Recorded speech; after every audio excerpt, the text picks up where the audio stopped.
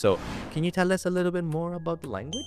Absolutely. And this is where the comparison to Czech comes in again, Mhm. because Slovak is a Slavic language, just like Czech, and it's mutually intelligible with Czech. So Okay. that's quite a superpower here, that they Yeah. can understand each other. That's really cool. It's quite interesting because Slovaks maintain a strong, distinct identity still. I mean, I won't say it's exactly the same as Czech, but they just understand each other. And Slovak sounds a bit more softer, a bit more melodic, while Czech sounds just a bit sharper and has more nasal tones. I see. Yeah.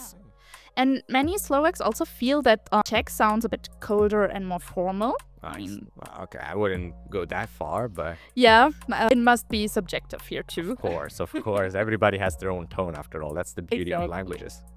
But the interesting part is that Czechs often see Slovak as more poetic or romantic. Oh, that's nice. And it shows because there are Slovak pop songs are like a huge thing on Czech radio.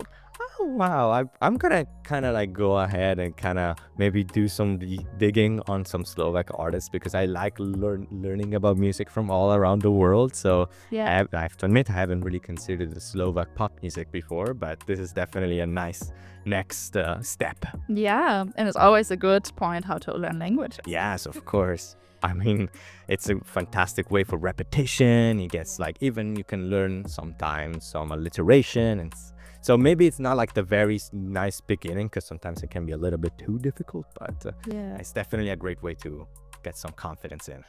And there's one more thing to watch out for. If you, for example, already speak Czech, there are false friends between those languages.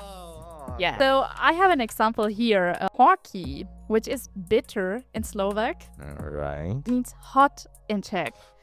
Oh, that's very different. Yeah, it's very different, and you gotta be just careful when ordering food because you might get something wildly unexpected if you want something hot and then you get something bitter, or the other way around. So I hope that I hope that they don't have like different, wildly different recipes that are both hot or like sour because it's like, I don't know how many places can have this difference. Like imagine like asking for an alcoholic beverage and it's like, oh, you can either get a bitter or you can get something hot. It's like, I don't, they would probably look at you weird, but I guess whenever I'll be in Slovakia, I will be very careful about what I mean. yes. But one thing about learning, once you're inside Slovakia and you kind of learn a little bit about its culture, one element that I wanted to kind of tie things together is that unlike other parts of European culture, folk art still matters quite a lot actually.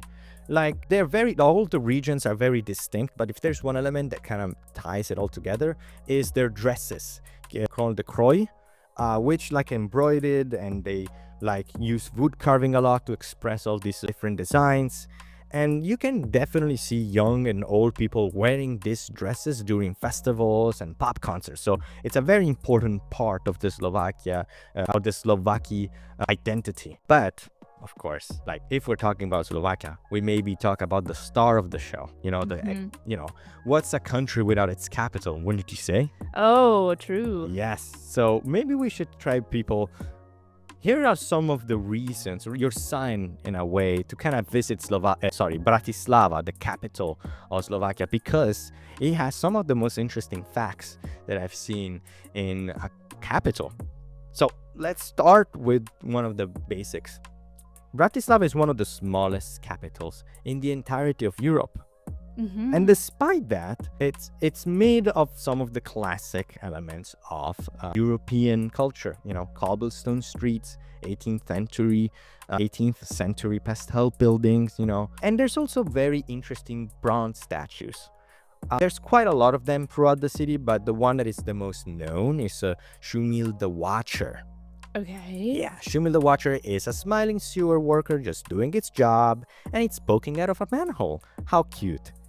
And there is some legend attached to it, is that he can grant wishes, Oh, nice. but only on one condition. You have to touch his hat.